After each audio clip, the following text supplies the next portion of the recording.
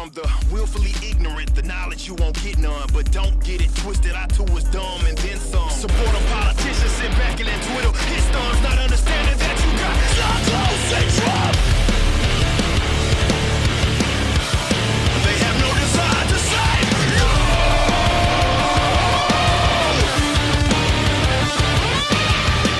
It's not because the folks serving us. It's not because we don't have the right people in office. It's not because a certain bracket is taxed to lie less. It's not because y'all folks don't understand the process. No, this is all just a game, bro. Y'all supported Bernie, that didn't work too well, did it though? Followed in millions to his campaign. Swore run the crowd till they endorse the same thing. Then you support the lesser of the evil fakers, but it just repeats and we revisit this 4 years later. The state itself is based on theft and can't be fixed. So realize you own yourself and no one else.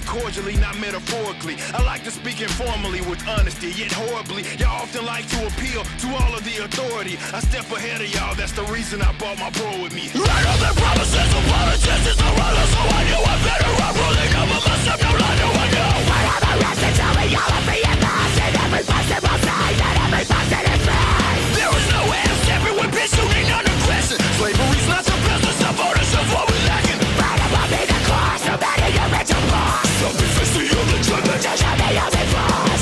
And let me give a shout out to the people, whoa. Rolling your balls, government when it's convenient to. You like it as a day, there's a rise authority. Just stay in shackles, so as long you get along the leash. Every day is not trendy. It's an everyday thing to say that you are not a thing. Let the people go with me.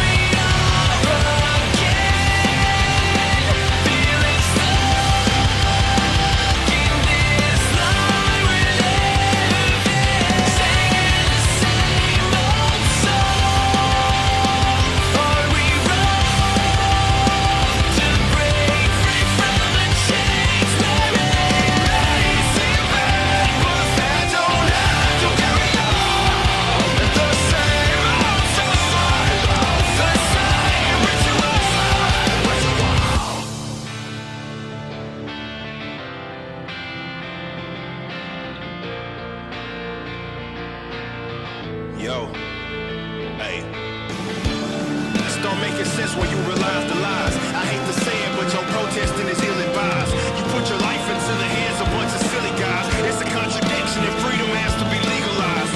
For example, when a cop shooting a black man, you focus on the racism, ignoring all the statism. Holding signs, riding, it's not about to save him, cause you must have forgot that that's the power that you gave him. Criminal justice reform is a euphemism for a bunch of dumb foolish slaves with Stockholm Central, thinking they'll be held to the same standard. Don't do it, so they can investigate themselves and find no wrongdoing. Bro,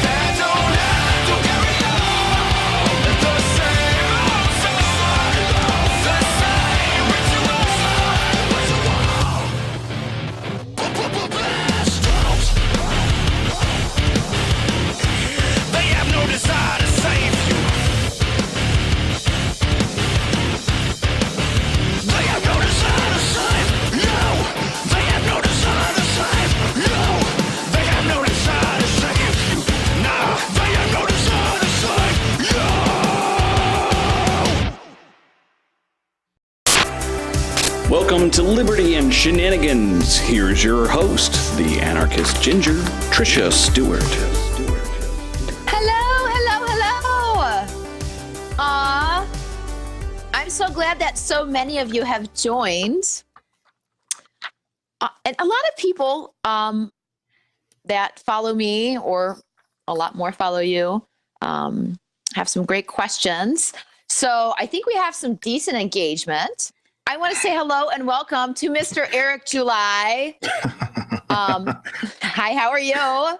I'm doing good. I can't complain. It's a Saturday. Good. I think it's Saturday. If I'm not mistaken, it's Saturday. Yes. So yeah, I'm feeling good. Yeah, and you're down in Texas, and it's nice and warm there. We have a blizzard going on right here. Well, not right now. We got a wind chill of like, I don't know. It's in the teens right now. It sucks out here right now. That's scary. Yeah. It's I mean, it's probably, if you're up north, it's probably nothing to you, but on the south head, man, that stuff sucks. So yeah, it's pretty cold out here right now. Well, so just want to start off by giving a shout out to Disenthrall. These are the guys that are like doing the production on this. They're pretty awesome. And I'm going to tell you a little bit about them and have you, all of y'all follow them at the end, because they're amazing. But if you don't know Eric July, you're a loser. But I'll fill you in on this. So Eric is the frontman of BackWordz, and then he's also the co-founder and head of multimedia for Being Libertarian. I think a lot of you probably follow Being Libertarian. I also want to say this is not going to be a fancy pants interview. So we're going to ask all kinds of questions and maybe play a little game. Are you up for a game, Eric? Yeah, it looks like I have no choice, but yeah, I'm up for it. Yeah. Okay, good. Well, I'll start off with a question then that actually a friend of mine sent to me. His name is Dave Benner, a really cool guy. He's a historian, author. He wanted to ask you, do you believe, Eric, that political decentralization is a vital component of libertarianism? If so, why? Man. We're getting down to the meat. Component. Yeah, I mean, it's hard to say if it's a vital component. I think it's one of those things that it's almost mutually, well, it's not necessarily mutually exclusive. I think it goes more so, but in a sense, it does go hand in hand, I think, with libertarianism, because obviously the idea of libertarianism, certainly along the anarcho-capitalist lines, is to rid the world of politics altogether. So, political decentralization in that aspect, I think, is more so inevitable than one of those. Does it include libertarianism, or does a libertarian strategy have to include it? I think it's one of those things that moving towards a more libertarian society, I think that is more so an inevitable thing. So when I think, that depends on what he means by decentralization. But if he's meaning like, secession movements and stuff like that, me personally, I think that is more so an inevitable thing. I don't think it's going to be like a light switch type of deal where you flick it and everybody's libertarian. I think there's going to be more so decentralization movements politically and elsewhere that you'll see, whether it would be like Texas. I'm a Texas guy that, wants Texas to secede, obviously. But I think I want momentous secession. So I would love to see, let's say Dallas. There's no reason why once we see those working examples, like say if Texas secedes, and, we don't stop there. We want Dallas maybe to exceed, or the county to secede, Houston or what have you. And I think it's going to be a momentous thing as more individuals start to realize, hey, well, they did it, and they're not ruled by this massive more so this state does not claim sort of this territorial monopoly on this particular massive geographical area. And I think it's just going to get closer and closer to the individual. And I think more so that's an inevitable feature of libertarianism. And some, like myself, do promote it in strategy. But I think even if you don't, I think that's more so a thing that's just going to happen as more libertarians are sort of as they come about. That's actually that's a good point, and something I want to ask you too, because strategy, I believe in a multi-pronged approach.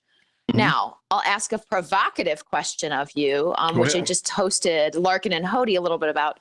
Do you do you vote? Do you think that voting is one of those prongs to help in decentralization, limiting the state, accountability? Do you vote? Mm-hmm. I don't vote. But, you know, I think a lot of people's approach, well, I won't say a lot of people. I know certain Larkin has, and, you know, he's a good friend of mine as well. And I know his position is it may be a little more, I don't want to say radical than mine, but my approach, the reason why I don't vote isn't necessarily the reason he doesn't. It has nothing to do with, you know, whether or not, you know, you're anti-anarchist if you, you know, or you're a hypocrite if you vote or anything like that, or voting is violence or anything like that. That's not my position. My position is that I am a musician, I'm a content creator, and I think it's a complete waste of time, and certainly specifically in this atmosphere, to put my, you know, to even, you know, campaign or talk about voting when I could be utilizing my other aspects, whether it be my music, whether it be my content that I create, whether it be in being libertarian and the platform that has, and the other numerous amounts of different things that I can do.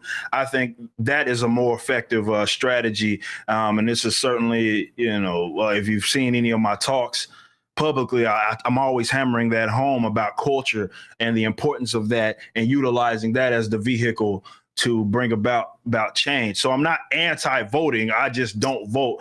I'm not stupid. I think that a lot of individuals, certainly that are anarcho-capitalists, for example, came here by way of first, I guess more so Ron Paul kind of, he was the gateway drug, right? So in that aspect, I think it's irrefutable that you can say, well, it didn't work, or, you know, that, you know, if people got here by way of that, then, you know, I can't say that it doesn't work. Mm-hmm. And I would certainly prefer that somebody like a Ron Paul is there, as opposed, at least to, I mean, pay it at the very least lip service to what it is. So we're saying for those that do put all of their eggs in that basket of political strategy and whatnot. Me personally, however, I don't vote. I just don't feel like it's effective.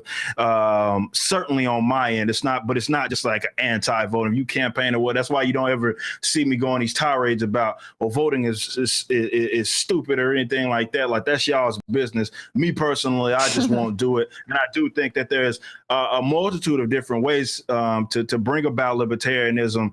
It's not a one size fits all. And I think that's where a lot of libertarians get it wrong, in that they think that it's just one way. And if someone is doing it that way, then they're hindering the process of someone else. I think you need to get out the way and let people that know what they're doing. If you're heavily relying on the actions of someone else to market this beautiful philosophy, then to me personally, you don't know what the hell you're doing. You probably should get out of the way, because I don't feel like I'm being knocked. It's because some people choose to go vote or something like that when it comes to getting this beautiful message of liberty out there. I like what you say about changing culture. And in fact, a good friend of mine, Nick Piccone, who hosts, I'm throwing you a shout out, Sounds Like Liberty. And it's just basically like talking about music with libertarians, but it's more so about culture. Anyways, because I look at voting as like, it's a platform, and it's generally, you know, I don't think the actual, you know, voting a representative in is ever going to like make somebody more free. But I do like changing culture, which I did receive a lot of questions just about music, and that you being not like left leaning in a field where it's full of leftists. Oh, yeah. So, what is it like to be a libertarian in a left leaning field? Do you feel that people respond to you differently?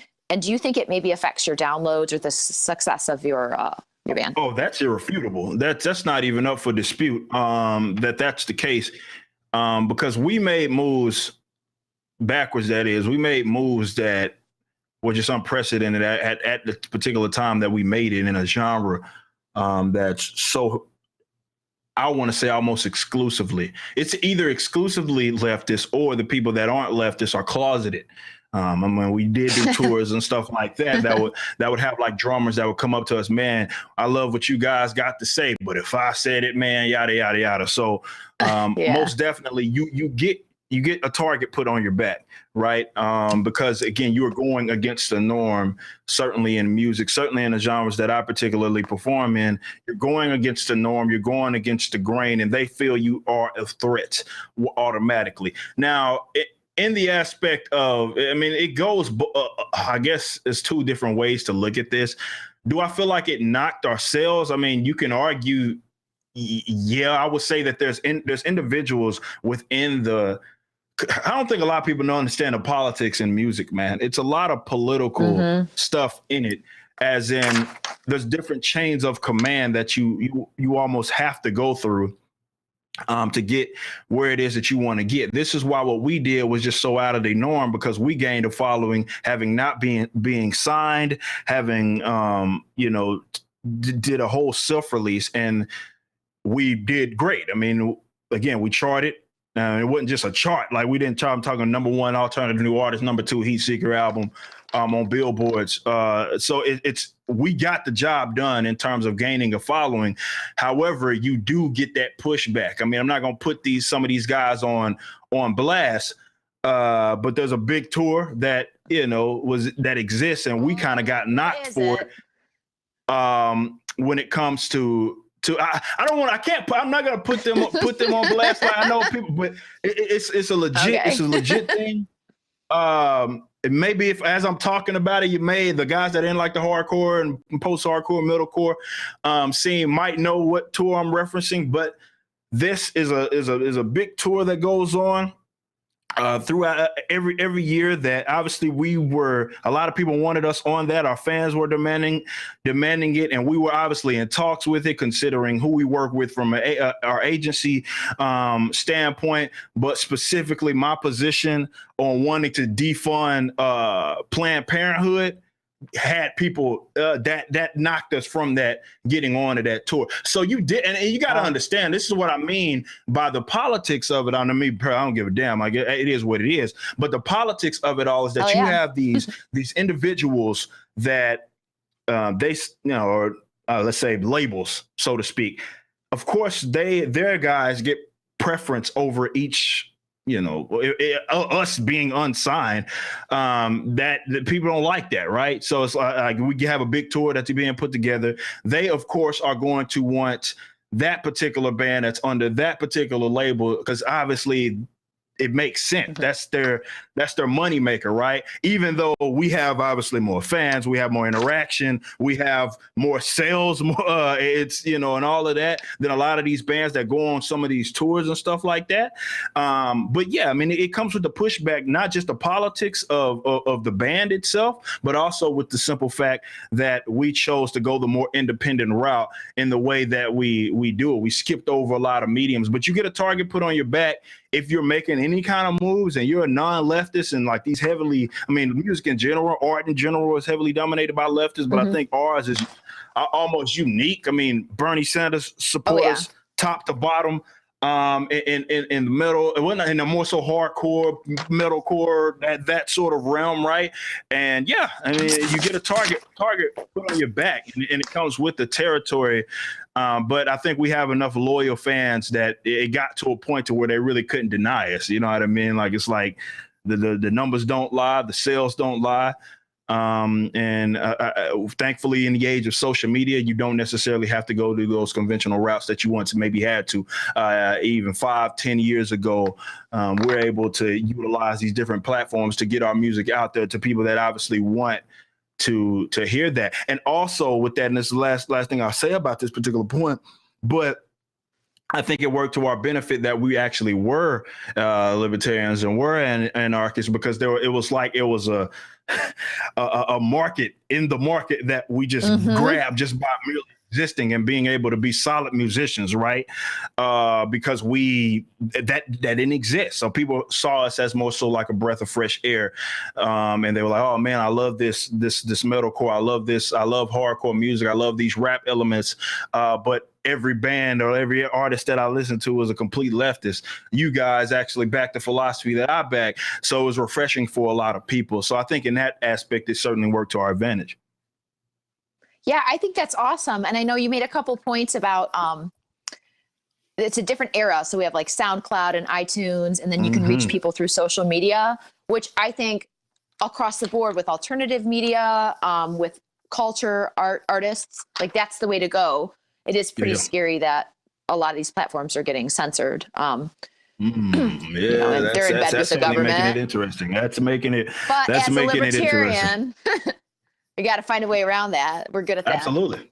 100%. I mean, that's, and I think that's where the creative minds, and honestly, and we were just talking about politics. This is where I think that libertarians need to be putting a lot of effort into that sort of element, that content creation, finding different alternatives to what is considered the norm now, because now more than ever we can actually it's feasible, it's doable that we can actually come up with different alternatives to this. Certainly it's a lot easier than what it was, like I said, maybe 5, maybe even 10 years ago. That's not to say that it isn't, it's going to be some difficult things that you have to deal with in going against some of these like tech giants, right? So that comes with the territory, but I think now more than ever we can start coming up with these different alternatives, just because I think in the age of social media, man, we're all connected. Definitely. So I'm going to go apart from that a little bit and go back to a question that I'm just going to ask you, because this is my question.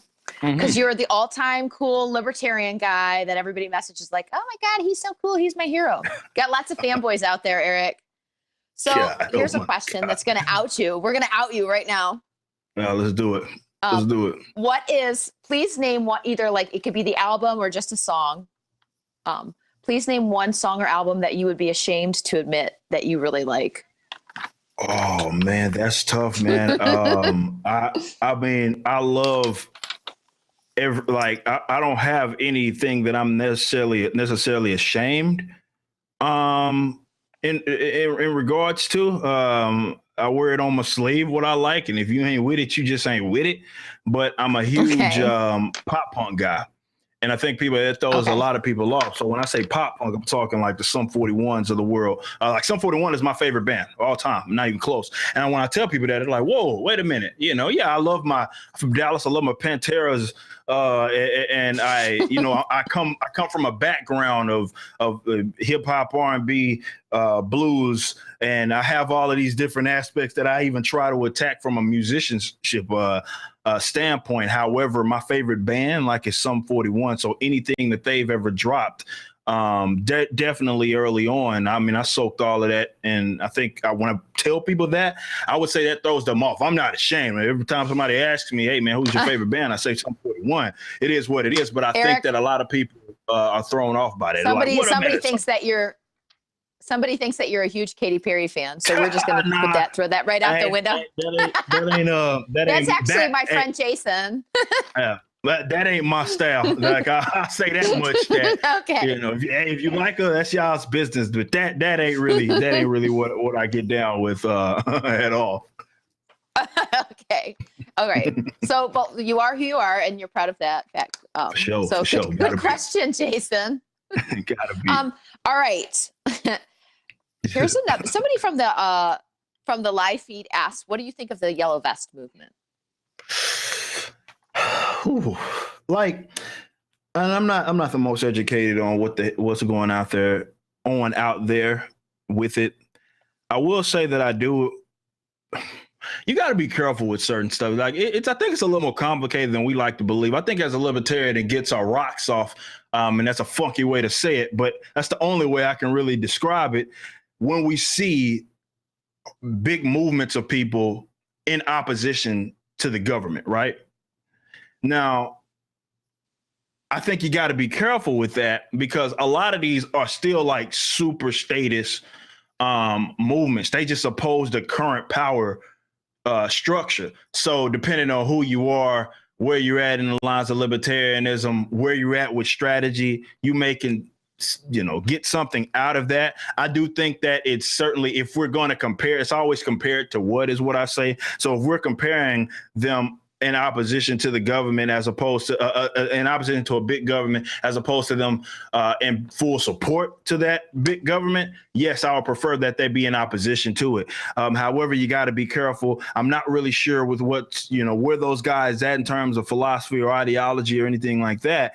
But certainly from what I've read, there's still a lot of hardcore statism sort of involved. If anything, I don't want to say if anything, I would say that there seems to be a lot of folks that are part of that movement that want more statism, and they're actually pissed off at their government for not having sort of more state, I guess the state doing quote unquote more for us. So more so statist welfarism, welfare statism is more so what they're after. So it's tough to measure. I do love the idea of people being in opposition, but I'm always in opposition of the current government, but I'm always like, hold on, is it because they just want more statism, or is it because they legitimately find an issue with the actual power structure? Now, I will say, at that particular time when those individuals are loud and they're out there actually getting stuff done, I would say that they are ripe in terms of hearing our message,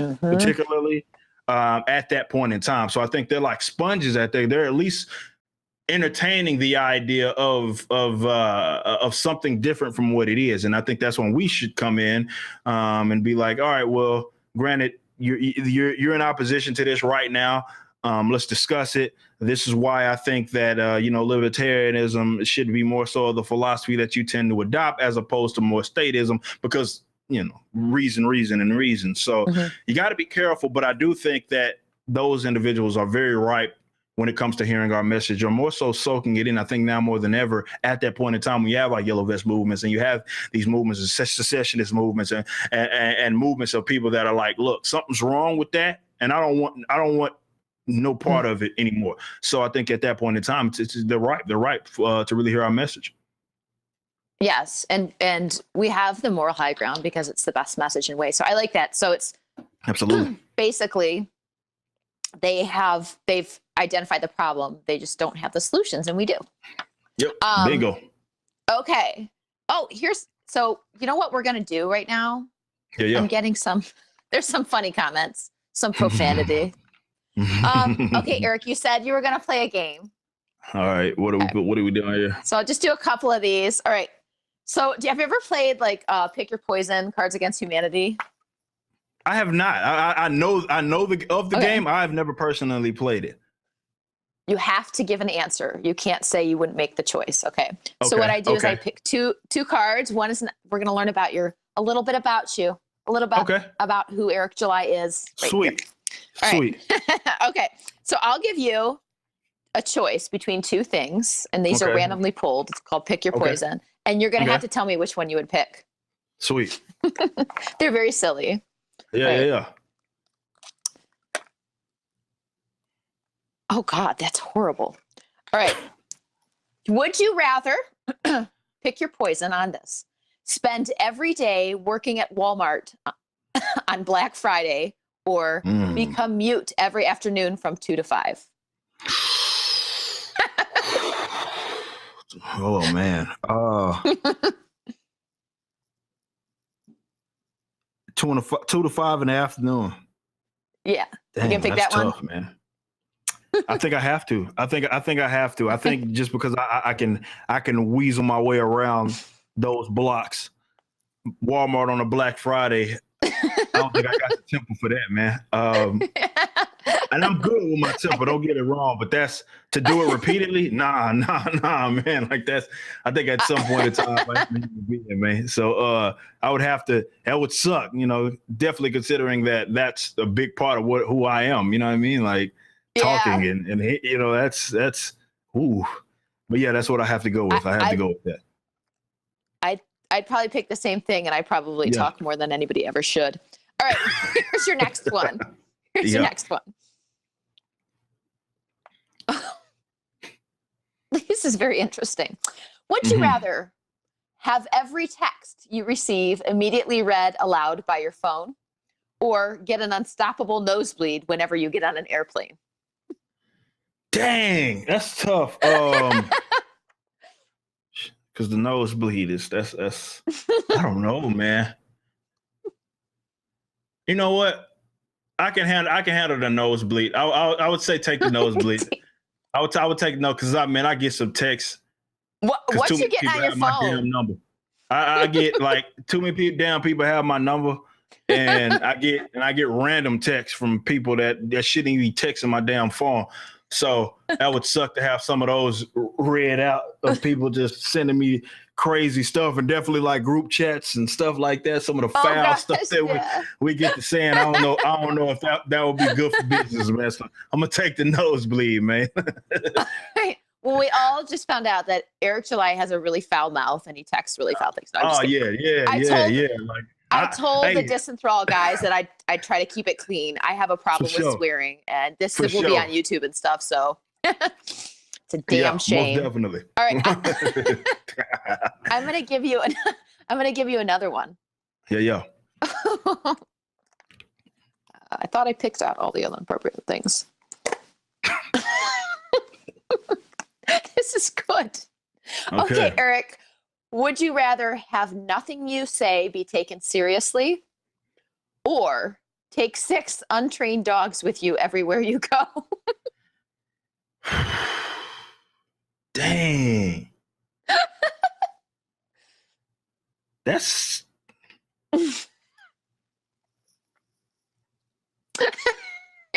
I don't know, man. That's impossible. Yeah, that's just 6 everywhere I go. Holy cow, man. And then it's like, I guess I have to choose the 6 dogs, man, even though my life would be a living hell. I mean, no, I take that back. Oh, you're not taking the dogs? No, I'm not taking the dogs. Just because I know how bratty minds are. I'm just thinking them being untrained and me having to go everywhere with them. Yeah, I mean, just people just not going to have to be listening to me. They don't want to take me serious. Fine. That's what we're running with. Leanne is a friend of mine too. She says you need to take the dogs. Oh, well, you're a libertarian then. What if no one takes you seriously? I'm a huge dog guy. But man, six untrained, nah, everywhere, nah, man. I ain't got time for that. Nah. Okay. We'll pull another one of these and then I might ask some questions. Yeah. All right. Would you rather? We're finding out a lot of information about you right now, Eric. This is much deeper than your life story. Yeah. I know what your answer is going to be to this. Mm-hmm. Would you rather approach every old person you see, steal their cane, and run away laughing? It's a major NAP violation. Or have only 2 of your senses work at a time? I'll take the senses, man. I can't be kicking old folks. Canes, man, from under them. Non-aggression principle for the win. That's just cold. That's just cold-blooded, man. That's something wrong with that. So, nah, I can't do it. So you'd be like blindfolded at your shows? Yeah, fine. I guess so, man. 2 senses. I mean, if I could, man, how the hell would I be able to do a show? I don't know. We figured out. I guess we figured out. I just can't be going to kicking canes under from people and laughing, man. That's jacked up. Okay, we might go back to a couple more of those because that's funny, but Sweet. I have somebody, Ralph, please give him your opinion regarding individualism versus collectivism, how you understand it, and wouldn't you say that Western historical perception is based solely in the individual point of view, not the people, but personalities make history? Ooh. Individual. Well, I think that, and this is what I would encourage other individuals to do, have people define those terms. Now, because I think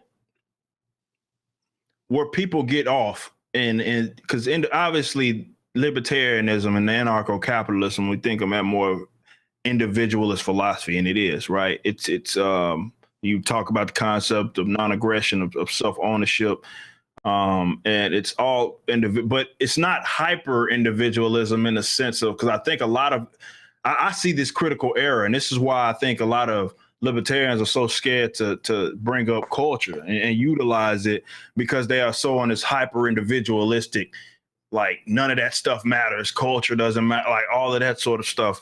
And I think it's a critical error, not only from a marketing deal, but just from human nature and how individuals act. Like, I think inevitably people are going to, let's say, gravitate towards people that they like, towards people that they're going to want to be around those. So you got to be careful in how you define sort of collectivism. The idea of, when I understand at least, collectivism is people, like the individual, could fall in completely slave to a group, and a group making decisions on behalf of those individuals. But what is not what I guess being an individualist or being pro-individualism does not mean that people won't or that you're against people voluntarily coming, I guess, to these groups, right?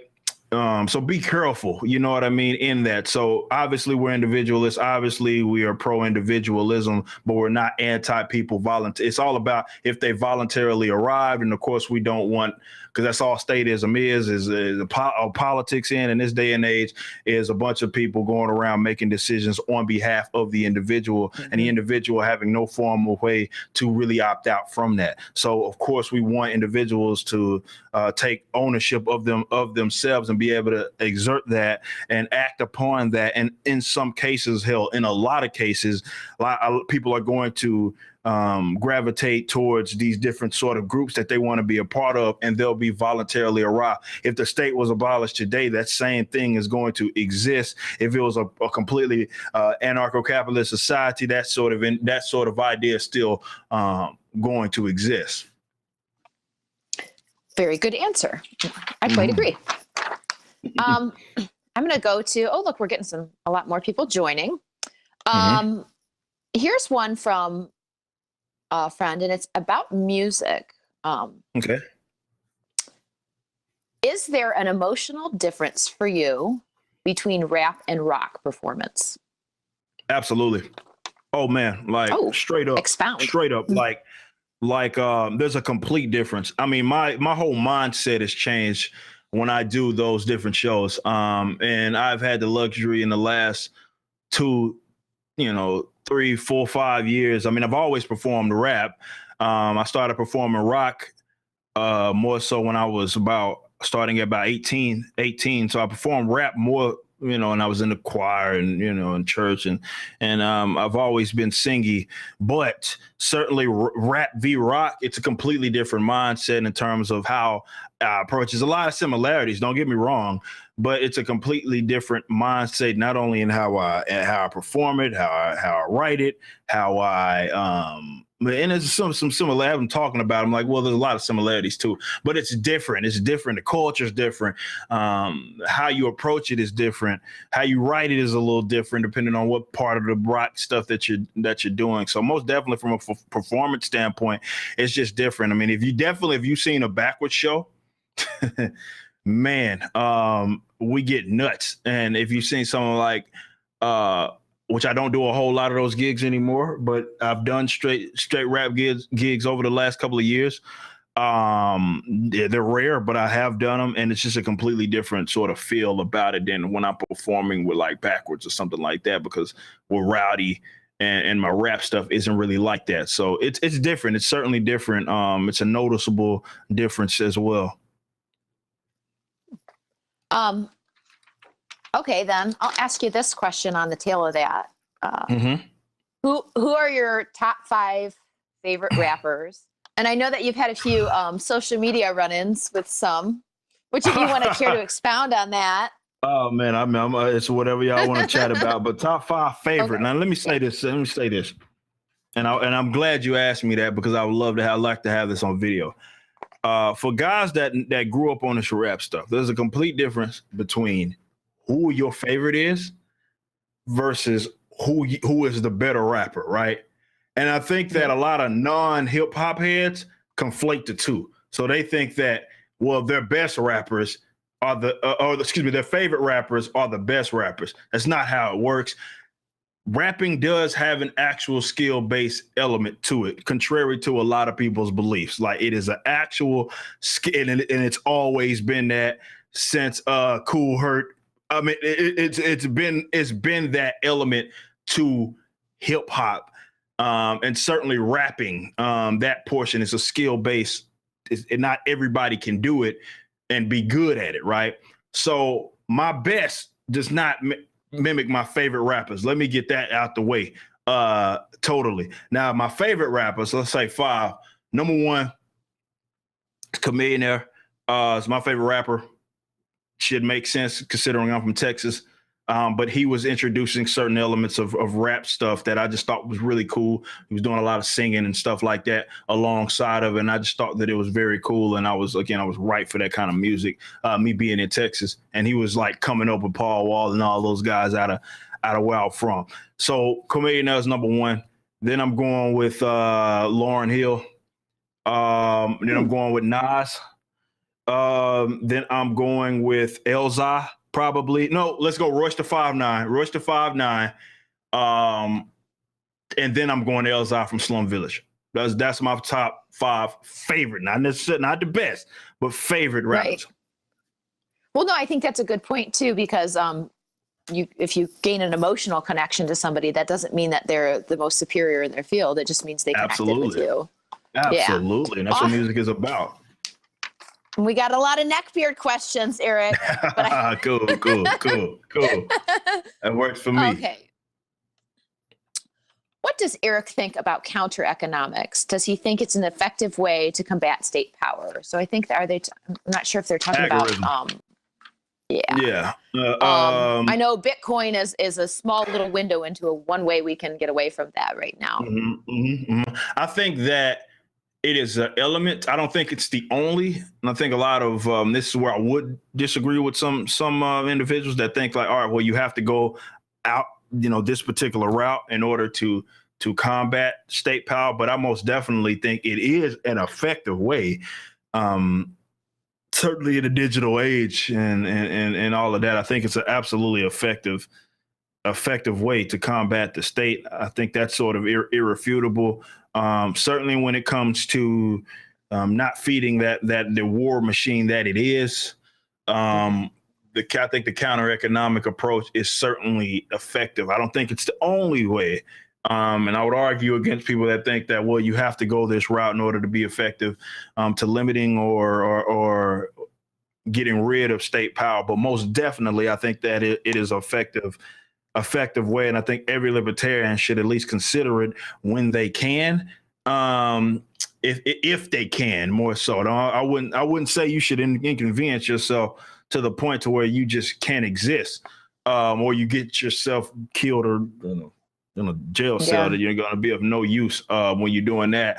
But most definitely, I think that it is an effective way, and it can be an effective way. But it is heavily relying upon how many individuals choose to also go that route as well. So it's a catch, but most definitely, I do feel like it's an effective way. Absolutely. Yeah, I agree with you. Like your point at that. You also have to kind of decide what's going to be good for you and what's not, because like you said, if you're getting locked in a cage, you're not changing hearts and minds, and you're not free. Right. So you drive on the roads. Well, what are you going to do? Fly around? Exactly. Because you're a real anarchist. You got a license. You're not a real anarchist. Like, come on, man. Gosh, I've had this argument. That's so actually, stupid. Being libertarian, like running, I had some people that didn't even know you did that. They just knew about your music career. It's kind of weird. I think a lot of people don't know that I co-founded the site. But yeah, a lot of my videos obviously get funneled. I think because I have a prominent presence elsewhere, whether it be through the band or whether it be through my own personal channel or Twitter or YouTube specifically. I have a real banging YouTube, and I have for the last, I've been doing this YouTube stuff for, since 2007-ish. So most definitely, it makes sense. I can understand, but yeah, I'm a co-founder. I was there from the jump, man. When we all came together, and it was just this sort of silly bloggy meme page, and still obviously it's all about the memes. I'm gonna back up the train. You said meme. No, we're going to have to reverse that, because you just lost all your cool status. My bad. Meme. No, I'm not saying meme. I'm saying like me. Like it was with a Y at the end of it. Like it was a meme. I see what you're thinking. I'm saying like me. No, I'm saying like it was a meme. Like MEMEY, like a meme page, as in like that's what we did. Like that was what dominated memes was what dominated. So you were using it to describe the page. Now meme is like a word, meme, not like me. Like it has a Y on the end. Mimi, yeah, Mimi. Like it was like Okay. it's Mimi with a Y at the most definitely. But no, a lot of people don't know that I was a part of that. But yeah, I mean, and I would certainly think. I think this upcoming year you're gonna see a lot more of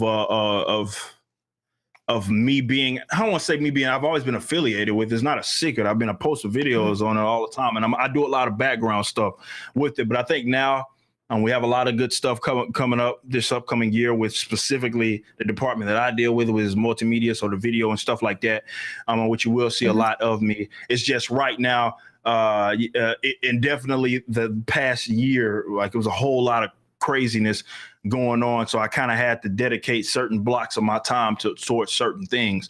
So definitely once this album gets recorded, we're going to have a block as we start to prepare how we're going to release this or what's the whole marketing scheme around this. I'll have some time to be dedicating specifically to being libertarian. So we got a lot of cool things coming up with this upcoming year. Oh, cool.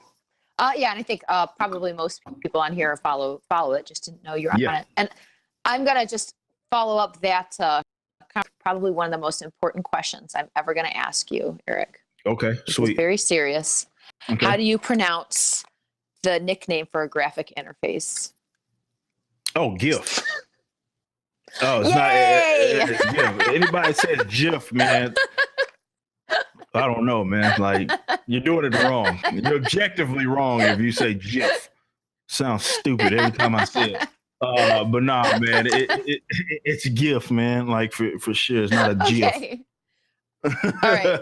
So just to let all of you guys know on your keyboard warriors that he does not say memes and he does not, so he can still be your hero. Okay. We'll go to another. This question's from me. Okay. Who is your favorite libertarian writer, author, celebrity, whatever of all time? Who do you look up to the most?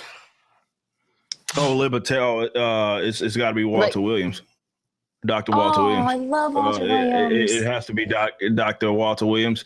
And then after that, I mean, I would certainly folks that see me talk about it all the time. I'm always mentioning Walter Williams and Thomas Sowell and how both of those guys just really were instrumental in leading me to where I was at. Walter Williams finally got a chance to meet him last year at SMU when he spoke, and that was an experience because it's funny. Like I'm walking up after he speaks, I'm walking up to the aisle trying to get to him so I can, I feel like when you got guys like that, certainly when they're in their 80s and stuff like that, you don't know how much longer they're going to be here, even though he's healthy as a horse.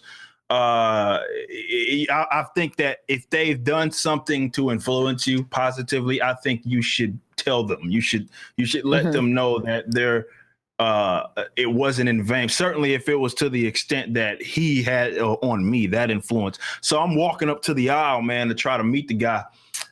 Finally, and everybody's coming up to me like, "Oh, it's Eric July. It's Eric July." I'm like, I'm not the guy here, bro. Like Walter Williams is here, and y'all are impeding my ability to get to him. You know what I mean? But I did get to him, and I got to tell him, and I took a picture with him. And I got to more so. I just wanted to tell him if I didn't get a picture out of it at all, I just wanted to have a chance to say, you know what, man, you were instrumental in really leading me down this road. Your work. And all of that, it certainly changed my life, and you affected me in a positive way. And I think certainly if you have individuals that have been able to do that for you, tell them, man, tell them and let them know that it certainly wasn't in vain. So Walter Williams certainly is number one.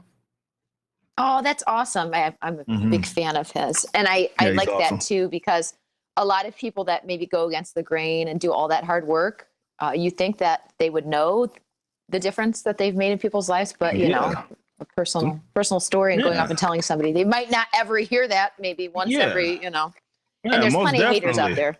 Yeah, definitely. And he's in academia. So you can imagine the amount of hate he gets in that academia. So most definitely, man, I got to tell him, and it was cool because, he knew of me, and that was just a cool element to be able to have individuals like that of that caliber. That's like, man, oh, okay, so I have this musician that I was able to, influence, and that's cool. It's certainly cool, and I think that definitely in this day and age, people getting hated on all the time on social media. Just tell them, hey man, if they were instrumental in really leading you down that path, I promise you may make their day by just simply saying, hey man, and tell them the truth. Just, hey, you did this for me, this particular work. I got this from it, and I thoroughly enjoyed it, and you helped me out. So that's certainly something. I think if you have I hate to say heroes, but if you have guys up there that have positively affected your life in that manner, man, just let them know for sure. Have you ever had somebody that, and I'm sure you get a lot of them, but that particularly sticks out, a person that maybe said those words to you? Yeah, I get it a lot, certainly in my inbox, but I think it's more impactful when I see it. I usually get it at shows. Right. And they're usually youngsters those are the ones that stick out to me, right? The guys that are still in high school, or they're young. I mean, I'm not old. I'm 28. You know what I mean? But I mean, like younger than me. And they're coming to me and they'll say like, "Hey, man, I didn't know what libertarianism was until I heard this band." And to me, that's why I do it. Like that's so cool. To get if I can get in front of a show, 500 people, and one of those dudes, man, even if it's not immediately, it clicks for them. A year from now, it doesn't matter if it's tomorrow, the next day, or 3 months, a year, if it clicks at some point for them and they can reference, hey man, I remember this guy talking about it or something like that, I think I won. You know what I mean? Certainly. And that's so to hear that from youngsters specifically, because in this day and age, it's so easy for them to adopt something that is, or just, statism in general. It's so easily for them to adopt that. And for me to hear that from those youngsters, it feels so good. And it lets you know that you're at least doing something.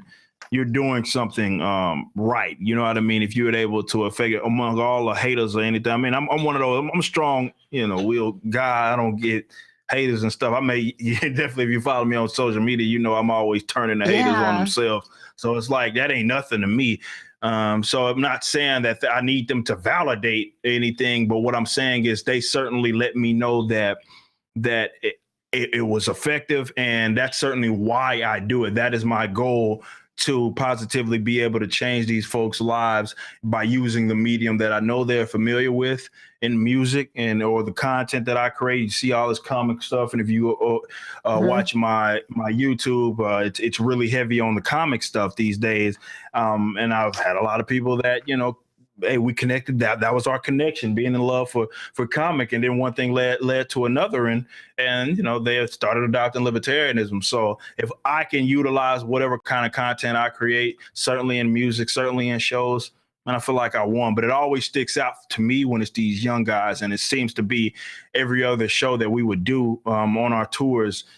We got that. We got somebody just coming up to us and saying, "Hey, man, I didn't know about this till you guys said, this, and this. Thanks, man." And it's such a good feeling. Oh, see, it all circled back. You got to tell Walter Williams, and now they're. That's what it's about. And that's what it's about, ultimately. That's what it's about. In that vein, so I obviously know a little bit about your upbringing, where you came from. And so I know that you self-described you were gangbanging, and then you kind of came over little by little. Yeah. What was there one lightning bolt moment you remember where you just stopped and thought, what am I doing? Why do I believe this? Is there something in particular? Yeah, it was something in particular. It was the one that, I would say it wasn't a moment that turned me immediately, but it was the moment that got me thinking I probably shouldn't be doing this stupid stuff. And this was, I was at school at the time, and my girlfriend at the time was, we were hanging, we were both athletes. So it was after my track practice and after her basketball practice. Her and I were kind of hanging out in the parking lot, just chatting. And these guys rolled up in a car deep, and they were looking to get on my ass, obviously. And that it all put in perspective. Again, she was able to get out and all of that, but it put it in the perspective that I put somebody else's life in danger. And it had nothing to do with her, right? She had nothing to do. So that's when I was like, all right, man. And it was real. It was like, you hear about stuff like that happening, but it was real. Like, all right, I'm about to get Jade, and she's here, and I just put her life in jeopardy due to my nonsense. So granted, I still sort of, it lingered, but I mean, I lost a lot of folks. I think a lot, and I don't get to talk about it a lot, but people that know me as like Ripple, they know I was balls deep in this stuff. Like, it wasn't like, no, like, this is what I did. Like, I wasn't slanging dope. And, like, my thing was I was beefing on other cliques and stuff like that. That was my thing. You know what I mean? And it was a real thing. Like, that was a real thing. And I didn't get out of it like immediately, but it was one of those things where it was a gradual thing. And I lost a lot of partners, along the way that not necessarily got shot because of me or anything like that. It wasn't necessarily the case, but that whole culture about it, right? And that whole aggressive sort of culture and not being able to really, we don't know how to resolve conflict without being violent is more so what it was.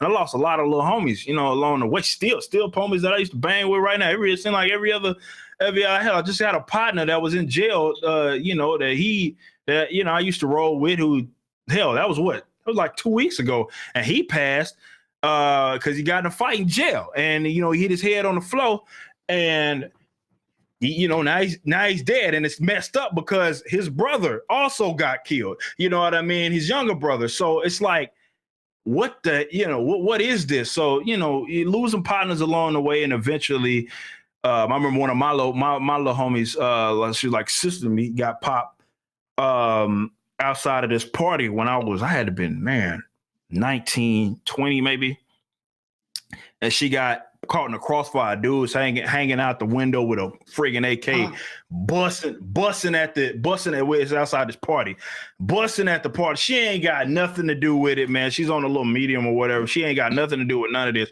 and she gets popped.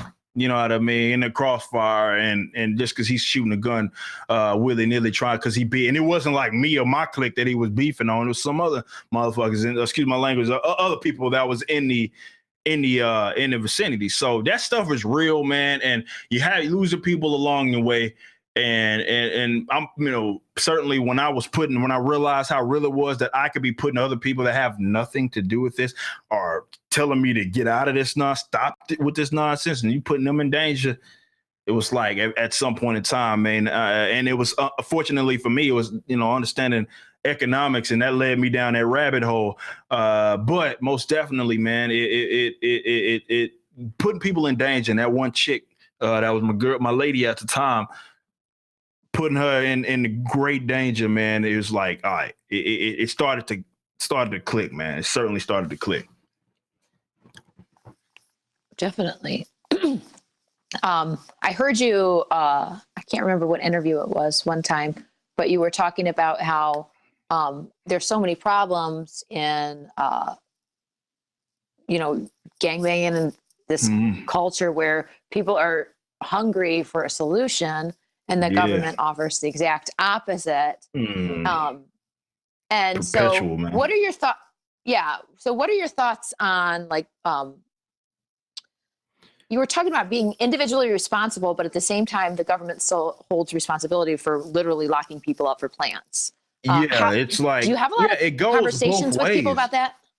Yeah, because unfortunately, and this is why I correct a lot of people. It's funny. I was doing an interview. I can't remember with I can't even remember who that interview was, and which it's not the one that you were referring to, but it might. But I was on a panel with a bunch of other people, and obviously me being against the danger that is the drug war, I've written about how it is, certainly in predominantly Black communities and people that tend to fall down this life of banging and stuff like that have been caught up in that, and the drug war has incentivized it, and stuff like that. But in the same respects, I'm like, it goes both ways, because what really irritates me, and this is, if anybody want to know a quick way to really irritate me, is assume that all of the problems, like in predominantly or like Black communities that are riddled with violence and stuff like that, are just gonna go away absent the drug war. That pisses me off, because it's rooted in so much ignorance,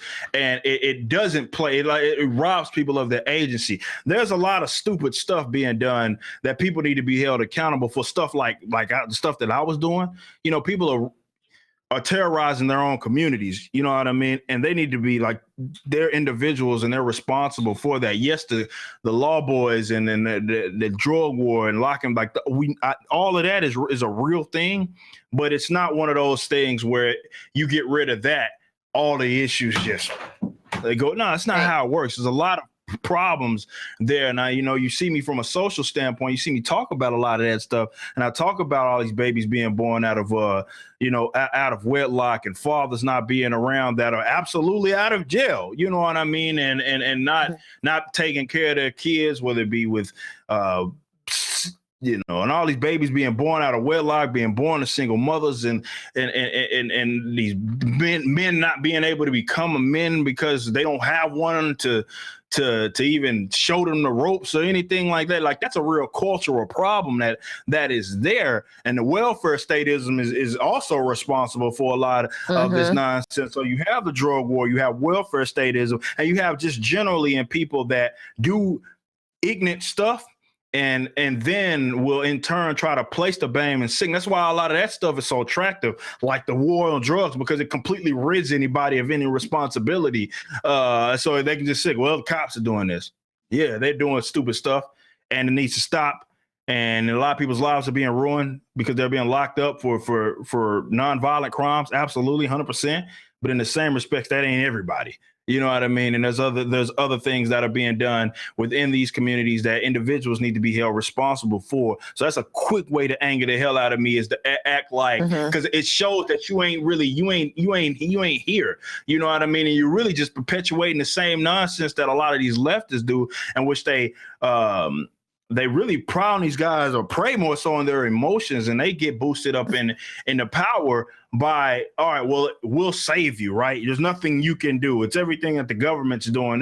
That's the problem. That's the problem, as if there's nothing that individuals within these communities can do to better their lives. So I think it's a lot of things going on in culture of people that's in the lead lives of gang banging and stuff like that need to be corrected, that won't go away most definitely when that drug war, if it at all is ever ended. And it's certainly stuff that we can work on now, even though the drug war is still prominent, and it does incentivize a lot of bad behavior. So I'm one of those guys that can recognize the issue with these like institutions, like whether it be with the statism and the drug war and all of that. I've written on this, I've done videos on this and how rotten that is, but also, hey man, there's individuals that got to be held accountable for a lot of ignorant stuff that they're doing, and they're terrorizing and destroying the neighborhoods by way of their own action.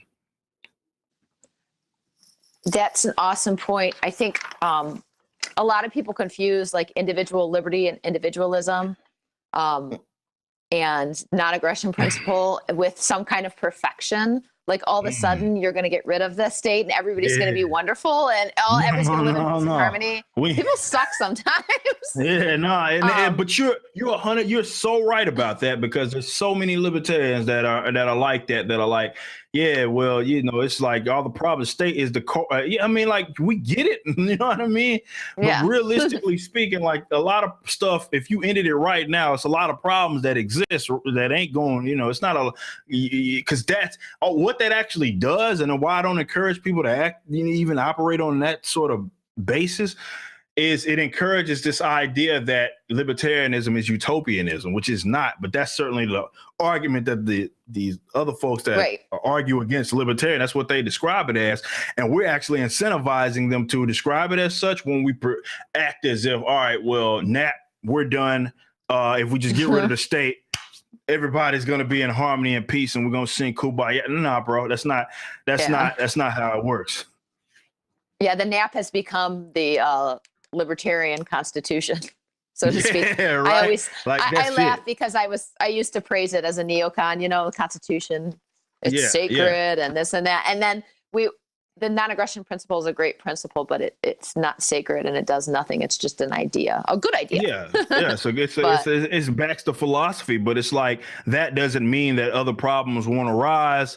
That doesn't mean that ridding like the world of the state or a geographical area of the state. That means that no bad people will exist or anything like that. That's not what it is. It's not even what the non-aggression principle pretends to act it. It doesn't pretend like that is the case. You know what I mean? So got to be careful, man. Got to be careful.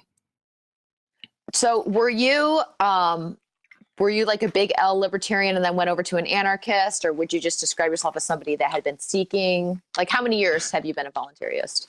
I would say, it's hard to press how many years it's been. I mean, certainly I know I need was a very one scientific before. answer. Man, down to the date.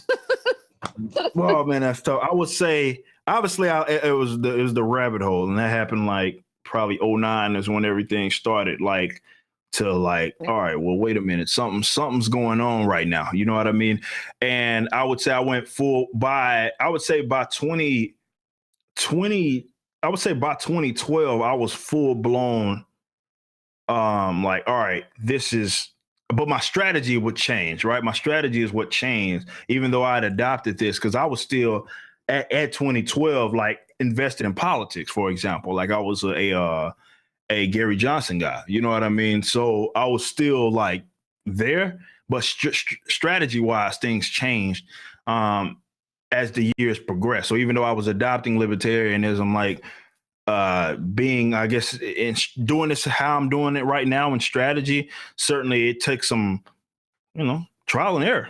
Is really what it took. It took a lot of trial and error and really looking back and reflecting on some of my approaches and trying to find the most effective way. And this is why I really went full blown with the music thing around that time, because I was like, well, I think I'm on to something. I think this is what libertarianism what it needs. I think this can be my vehicle, and I just changed in terms of strategy. But most definitely, I would say after 2009, and it was a slowly thing. But I never went like a lot of people went. It's like a pendulum, because I was a full blown leftist, so it never went like all the way to like, or it's a gradual thing where I went like, all right, leftism, and then I went like.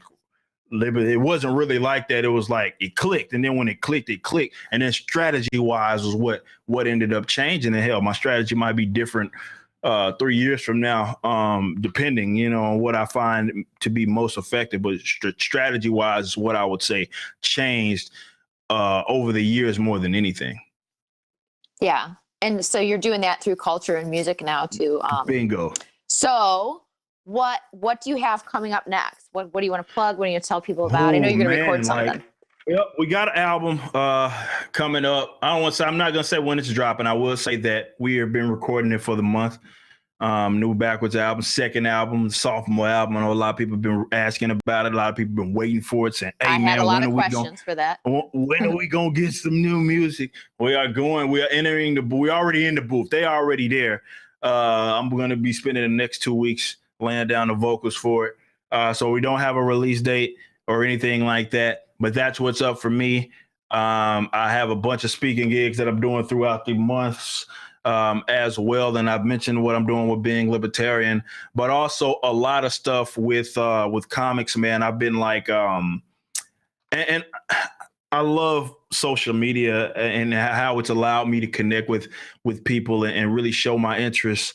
Instead of being rooted like I'm this robot, like intellect or something like that, which is not who I am. I'm a guy that is like a culture. I mean, it's a real thing. So even with I got a lot of stuff that I'm going to be doing with this, with the whole idea of comics and stuff like that. So be on the lookout on that. If you've paid attention to my YouTube over the past year, then you've seen that. And I've gained a following from that element, you know what I mean, in really attacking the comic book realm, or not so attacking, or being able to, because I've always been a geek, my whole, even when I was banging, you know what I mean, I was always a nerd when it came to like nerd. comics. Yeah, like I always, even when I was punching people in their face, man, for no good reason. That was still my thing. I was a hardcore video gamer, and I was really big into comics. So being able to now, maybe more so because I'm older and I can fund this stuff. I can fund the hobby, but I can share it with everybody. You know what I mean? So it's been cool to be able to do that, not just with music, but also with video games and comics and stuff like that. So I have a lot in that realm that'll be coming up these upcoming months as well. Oh, that's awesome, Eric. This has been very enjoyable. Yeah, most definitely. I think we'll probably now people are talking amongst themselves. So thanks so much. Remember you can find Eric on Facebook everywhere. Everybody knows who you are. I am going to, yes, all your fanboys. Oh God. I'm going to give another shout out to Disenthrall. And I'm telling you, people out here on the Facebook land and everybody who'll see this on YouTube and everything, if you don't go and like their page, then you're probably a communist. You heard it here. You heard it here. Anyways, thanks so much for coming on. It was a lot of fun. I know you got to run out and get those 6 dogs that you have to take everywhere. Oh man, I got 2 of them down there yelling right now. So yeah, most definitely. All right. Well, peace and love, y'all, and abolish the state.